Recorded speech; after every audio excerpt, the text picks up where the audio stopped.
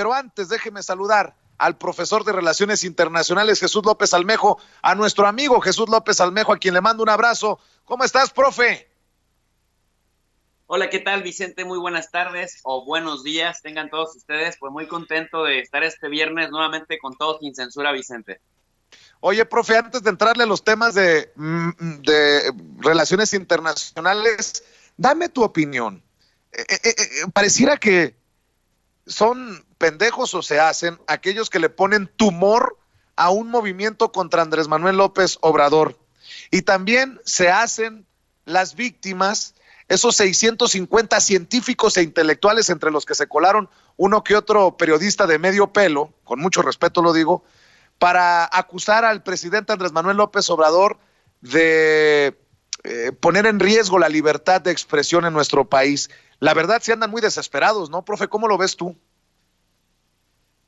Me parece, Vicente, que no entienden.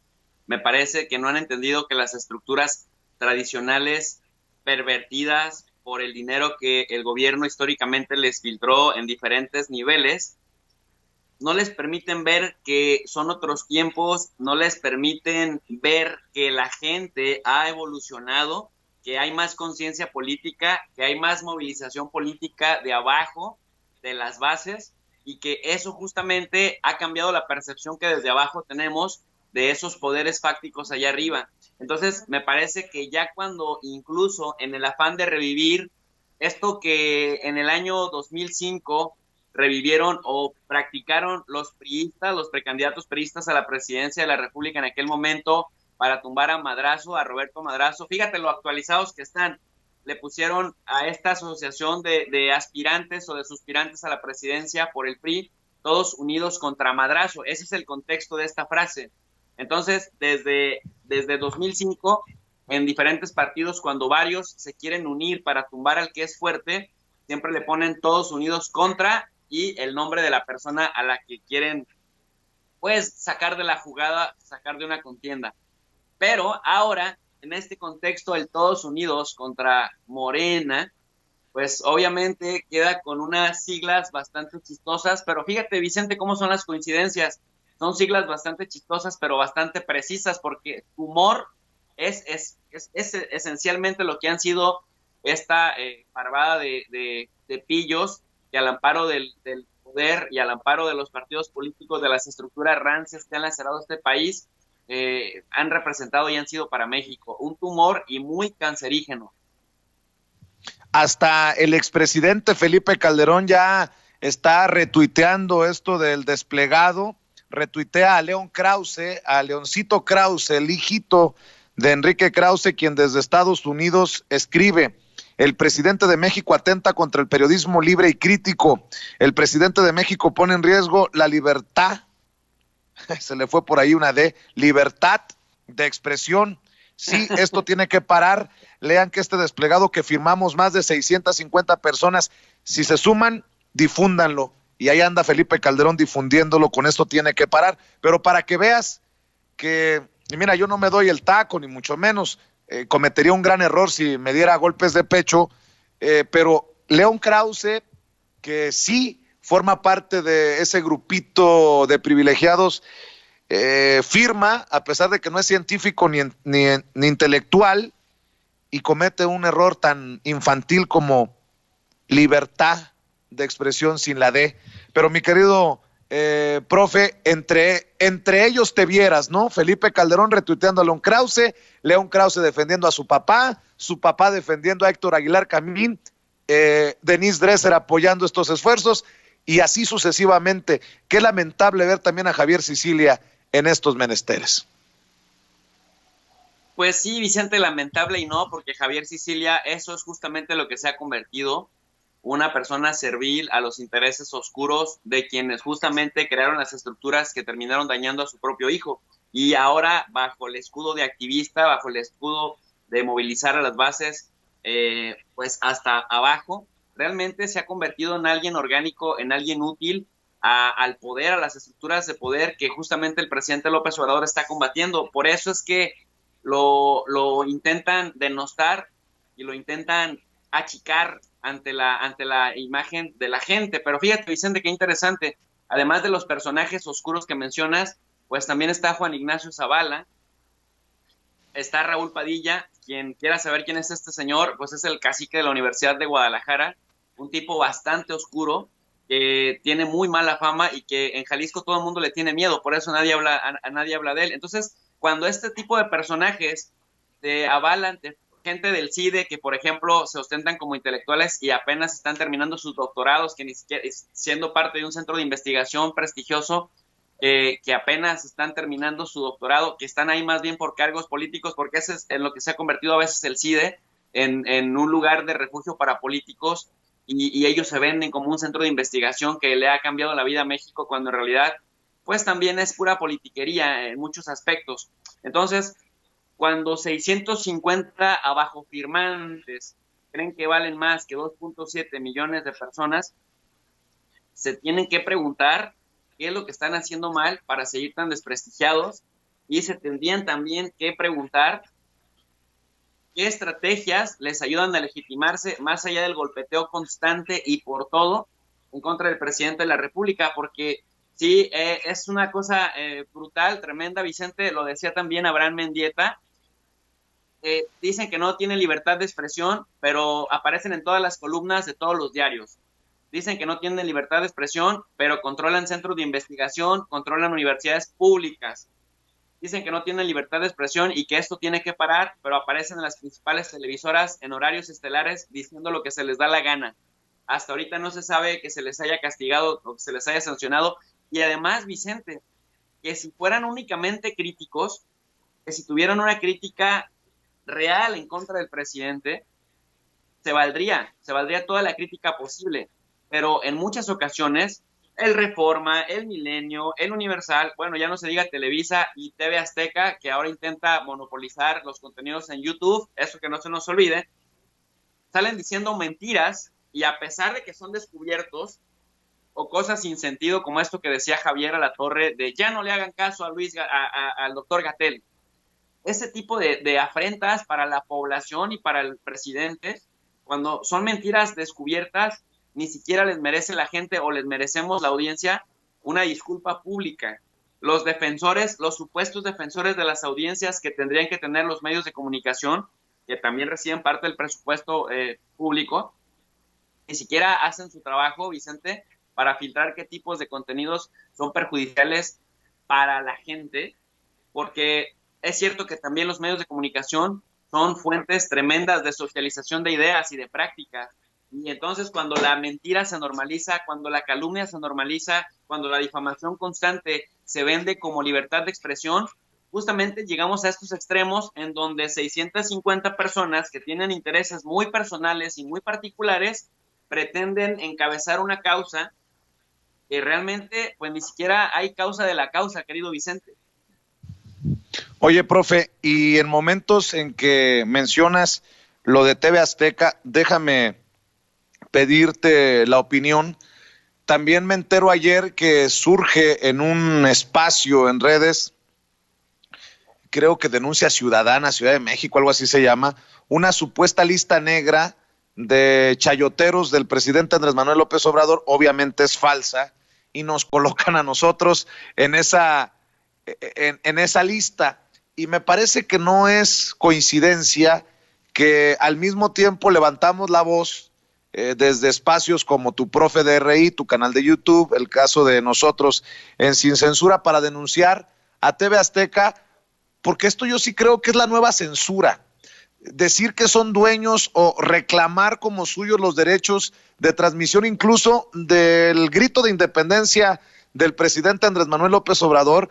Muchos dirán que es un error, que no sé, lo que tú me quieras decir y mandar, pero la realidad es que es la nueva censura, porque mientras YouTube decide si tienen la razón ellos o tienen la razón nosotros, o nos hacen el favor de quitarnos esta limitación gracias a que nos perdonan la vida los que reclaman los derechos, pues ya jodieron el tráfico de nuestros canales. Dame tu opinión de esto que pareciera una búsqueda de los medios tradicionales de qué pueden hacer para mermar a los medios independientes y alternativos, profe. Pues sí, Vicente, definitivamente ahí mismo vemos que eso sí es coartar la libertad de expresión, porque monopolizan espacios, porque eliminan a la competencia, pero no la eliminan a partir de que eleven la calidad de los contenidos que ofrecen. La eliminan a través de pasos marrulleros, como el tratar de apropiarse de información o de comunicación que fluye en la red, que no les pertenece y que no les corresponde. En ese sentido, eso te habla de que su talón de Aquiles, Vicente querido, es justamente la competencia desleal, a pesar de que son monstruos que están arraigados históricamente desde hace varias décadas y que tendrían toda la oportunidad y toda la cancha, Vicente, y el presupuesto, además, más importante que nada, para presentar mejores contenidos, que contratar a buenos creativos.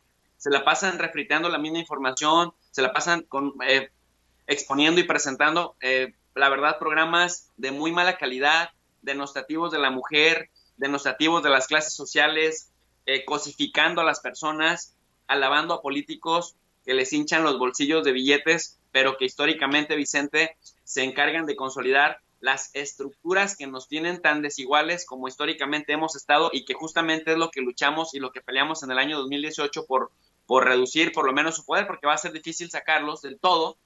Pero esto, Vicente, que nos pasó en días pasados, valga la redundancia, con TV Azteca, a través de sus diferentes tentáculos, intentando presionar a YouTube para que nos sacaran de la jugada a los diferentes canales que presentamos información sobre el grito. Pero además, si te fijas la diferencia, nosotros lo hicimos con análisis, nosotros lo hicimos contrastando opiniones, nosotros investigamos, nos documentamos para poderle ofrecer contexto histórico, perspectiva comparada, geopolítica de la independencia a la gente. En tu caso, pues análisis muy profundos con gente muy experta, a diferencia de estas versiones por encimita que ofrece TV Azteca, pensando que la gente no entiende lo que pueden ellos decir, y entonces bajándole el nivel de análisis a sus contenidos. Como se están dando cuenta que la audiencia los está abandonando, entonces recurren a esta coartada de privar los derechos de los demás, Vicente. Entonces eso te habla de que los que se presumen de sufrir represión a su libertad de expresión son los verdaderos represores de la libertad de expresión. Tengo que preguntártelo porque tú sabes que respeto mucho tu experiencia, tu trayectoria. Profe, ¿no se ha devaluado la intelectualidad en México con todo esto que hemos estado platicando? ¿No se ha devaluado el hecho de llamarle a alguien intelectual?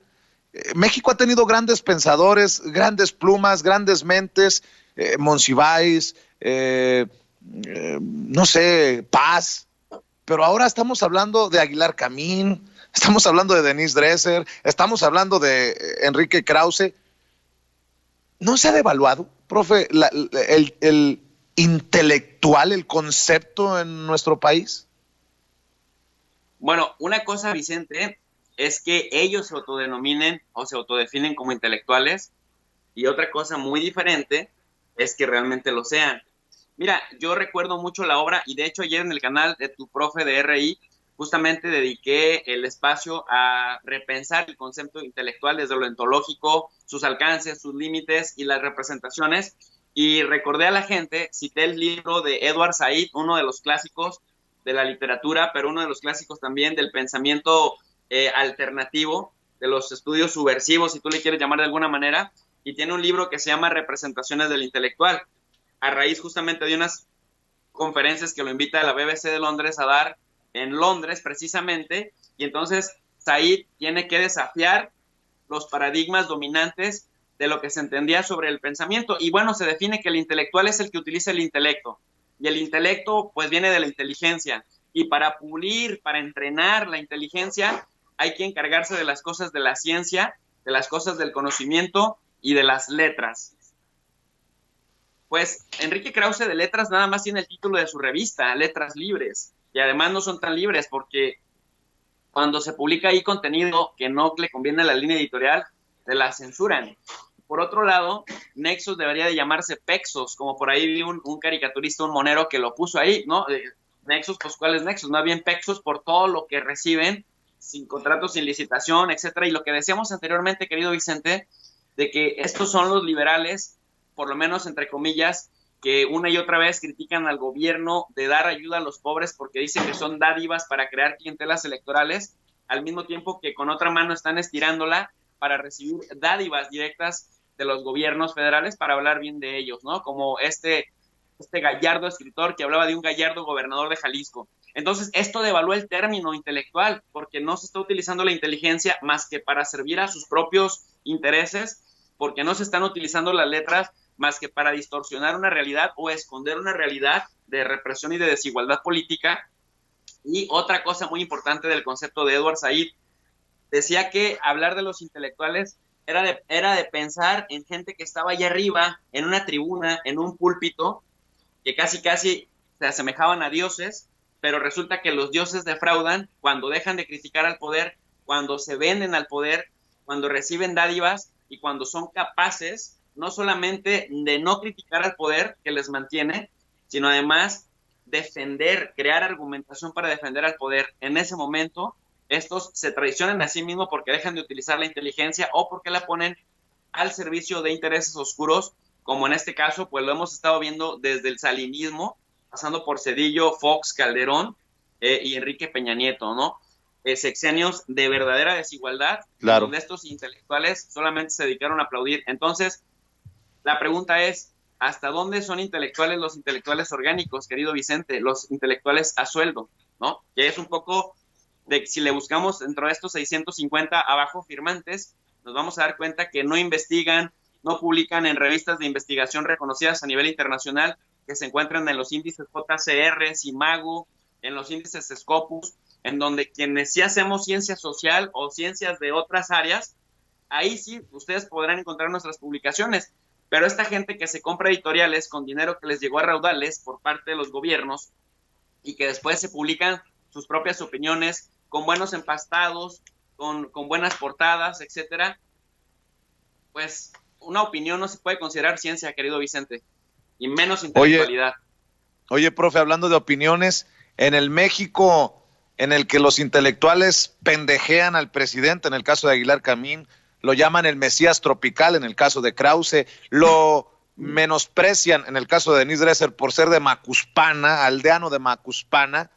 Las comparaciones son odiosas, pero fíjate lo que está pasando en Japón, profe. En México critican a este personaje que viene de abajo, pero en Japón el nuevo primer ministro es hijo de agricultores y es una historia sensacional. Llega a la máxima posición del poder en aquel país, un hijo de agricultores, y acá los intelectuales menospreciando al presidente de la República. Definitivamente, querido Vicente, eso te habla del otro nivel cultural que maneja un país como Japón, que parte de la humildad, que parte de tesis budistas y confucianas para visualizar a la comunidad como un todo, en donde no se visualizan estas grandes diferencias y este menosprecio por el prójimo. Por el contrario, en donde se generan las condiciones para que todo aquel que aspira a crecer lo pueda hacer. Y este es el caso de Yoshihide Suga, que es un hijo de agricultores y que se ha convertido en primer ministro de Japón tras la renuncia del ex primer ministro Shinzo Abe, uno de los más longevos primeros ministros de los últimos 50 años en Japón. Y esto es padrísimo, Vicente, porque te habla de que sí hay ejemplos humanos, sí hay ejemplos de otras colectividades en otras latitudes del planeta en donde se dan estas estructuras. Es decir, que la humanidad puede aspirar a ello porque lo podemos ver, lo podemos visualizar en ejemplos contemporáneos y no tenemos que esperar mucho en el futuro para visualizar. Y acá mismo, afortunadamente en México, pues el mismo presidente López Obrador, sin haber nacido en cama o en cuna de seda, sin haber pertenecido o ser hijo de prominentes políticos, pudo finalmente llegar a base de su esfuerzo y del cariño de la gente a la presidencia. En el caso de Japón, Vicente, este señor Suga fue literal, también siendo agricultor, ocupando varios trabajos en diferentes momentos de su vida fuera de la política, hasta que en la política empezó a encumbrarse por la inteligencia que le caracteriza y que ahora un partido que era muy similar al PRI se llama Partido Liberal Democrático, el PLD, que fue muy dominante en el siglo XX y que en el siglo XXI apenas empezó a recuperar fuerza con Shinzo Abe, Tiene ya 71 años de edad, Vicente, lo cual habla que también de que la justicia tarde pero llega. La Cámara Baja, la Dieta, pues votaron masivamente por él, 314 votos de 462, y esto permite que se convierta en un primer ministro excepcional que va a tener las riendas de un país como Japón, porque como te decía, no es hijo de familias prominentes y a pesar de eso se le da la confianza para dirigir los destinos de los japoneses, por lo menos de aquí a septiembre del año 2021. Pues qué interesante lo que ocurre en Japón, como también interesante este tema, profe, no sé si lo tengas en el radar, me imagino que sí, por las implicaciones, el informe de la ONU contra Nicolás Maduro por crímenes de lesa humanidad, algo que quisiéramos también se hubiera señalado con la guerra contra el narcotráfico de Calderón, pero veo otra intentona de deslegitimizar el gobierno de Nicolás Maduro en Venezuela. Híjole, la verdad es que la cosa está latente porque al gobierno de Nicolás Maduro prácticamente lo han acusado de todo. Ya nada más falta que digan que tiene pacto con los ovnis y que hace brujería y que se reúne con hechiceros, porque lo han acusado de todo, querido Vicente. Y es que, ¿cuál es la estrategia de la derecha internacional? Ojo, yo no meto las manos al fuego por Nicolás Maduro, yo no sé si esto es verdad o no. Fíjate, ya te siembra la duda. Pero quiero decir esto por lo siguiente. Eso no me exime de entender cuál es el otro lado oscuro de estas acusaciones. Es que la estrategia de la derecha internacional es de manchar tanto la imagen de un líder latinoamericano para posteriormente en sus propias elecciones locales, en sus propias elecciones nacionales, puedan utilizar esa imagen para compararla con los candidatos con los que ellos piensan o digan que tienen afinidad política. Recordar que el tema de Venezuela trasciende mucho Venezuela, trasciende las fronteras, incluso trasciende el continente, Vicente, porque los candidatos de los diferentes países de Latinoamérica que tienen una agenda progresista de centro-izquierda terminan siendo comparados con Nicolás Maduro. Esto pasó en Perú, pasó en las elecciones de Perú, pasó en las elecciones de Colombia con Gustavo Petro. Bueno, en México lleva pasando desde el año 2006 cuando Felipe Calderón comparó a López Obrador primero con Hugo Chávez y después Peña Nieto comparó a López Obrador con Nicolás Maduro y también ahora Ricardo Anaya y José Antonio Meade querían tener una campaña negativa del presidente comparándolo con Nicolás Maduro, que afortunadamente ya no les funcionó.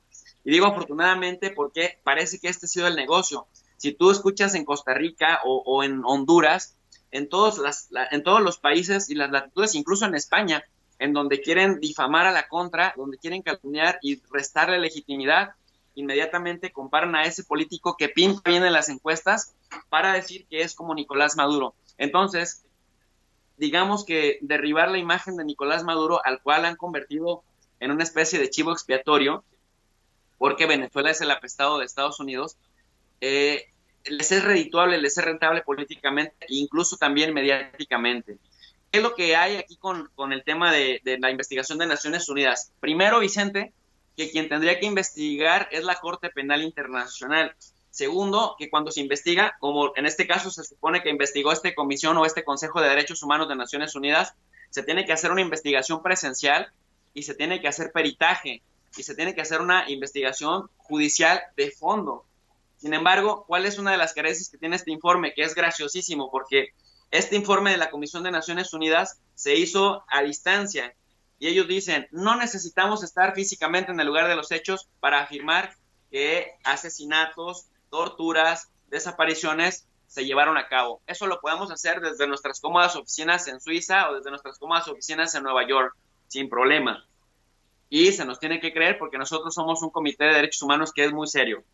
Entonces, ¿qué es lo que se está tratando de analizar o no?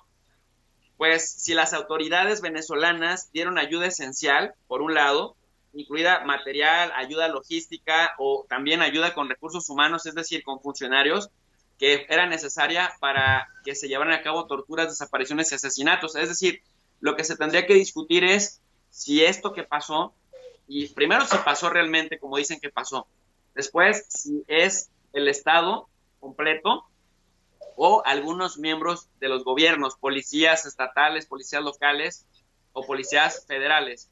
Segundo, si es todo el gobierno o es uno o dos funcionarios de alto nivel. Y tercero, Vicente, tendrían que ir a la Corte Penal Internacional, a La Haya, para que La Haya defina si esta es una herramienta que utiliza el Estado venezolano para reprimir a la oposición, pero ya vemos que en Venezuela la oposición es igual de mentirosa que en México, por ejemplo, y que fue la oposición la que quemó a veintitantos policías, a veintitantos policías, en razón de su afinidad con la izquierda, con Hugo Chávez y con Maduro, en las protestas en donde, según esto, marchaban pacíficamente.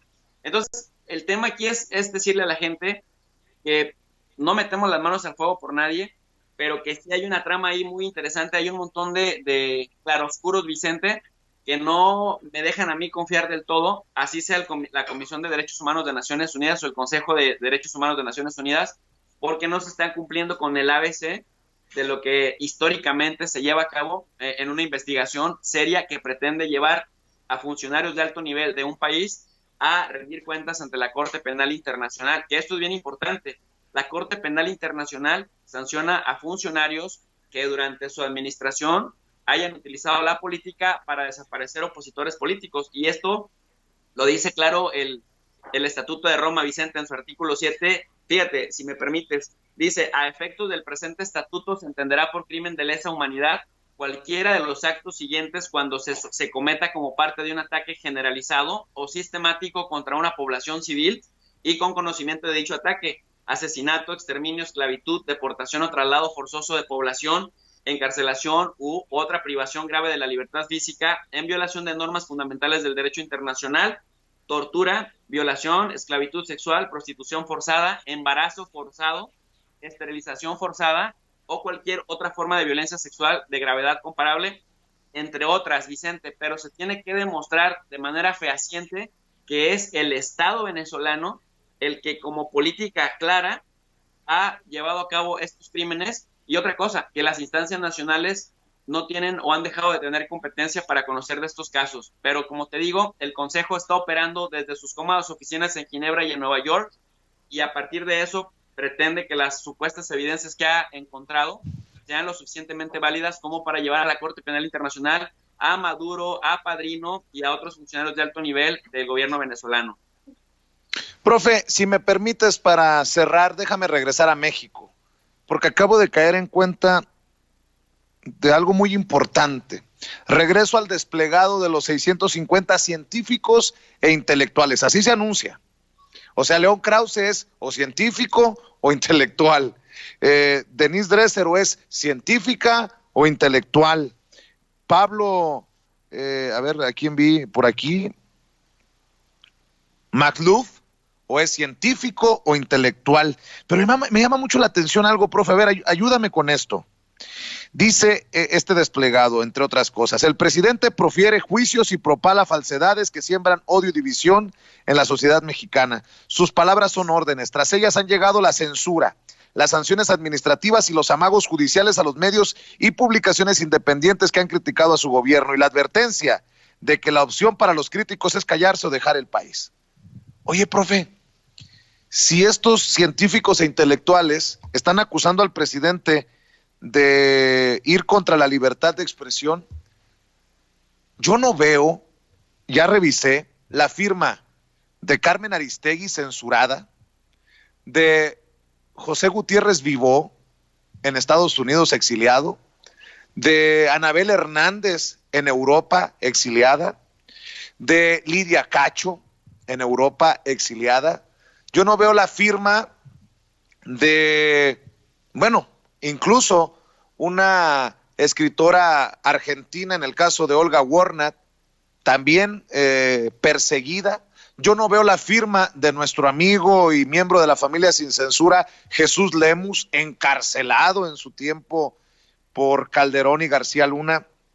Y por cierto, muy pronto sale a circular su nuevo libro, El Licenciado.